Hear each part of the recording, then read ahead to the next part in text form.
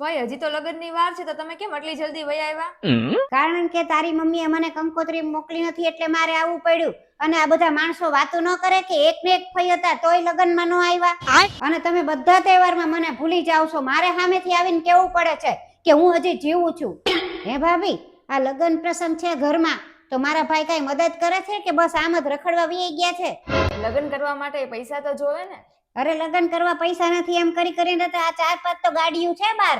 હે ફઈ, તમે મને મારા લગ્નમાં સોનાની વીંટી આપશો ને? નહીં હો, મારી પાસે જ કાંઈ નથી તો તને ક્યાંથી આપું? તારે જોતી હોય ને તો તારા ફુવા પાસેથી માંગજે. આ જોને મેં જ કાંઈ નથી પહેર્યું તી મને જ નથી અપાવતા તો તારી હાટું હું લે? અને આ તે જો સોનાનો ભાવ સાંભળ્યો છે અત્યારે કેટલો છે? જો તો ખરી તું આજા ગગડી જાય એટલો છે, નામય નથી લેવાય એમ. જે દિવસે સોનાનો ભાવ 50,000 થાય ને તે દી હું તને અપાવી દઈશ હો. ફયું પાસે કાંઈ થોડા ખર્ચા કરાવાય.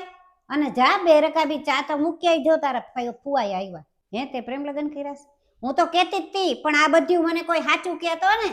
આ બધું મને ગોળ ગોળ જ ફેરવતી હતી. એણે મને કાંઈ કીધું નહીં, ખાલી એમ કીધું કે પ્રસંગ આવે ને ત્યારે તમે ખાલી હાજરી આપી દેજો બસ.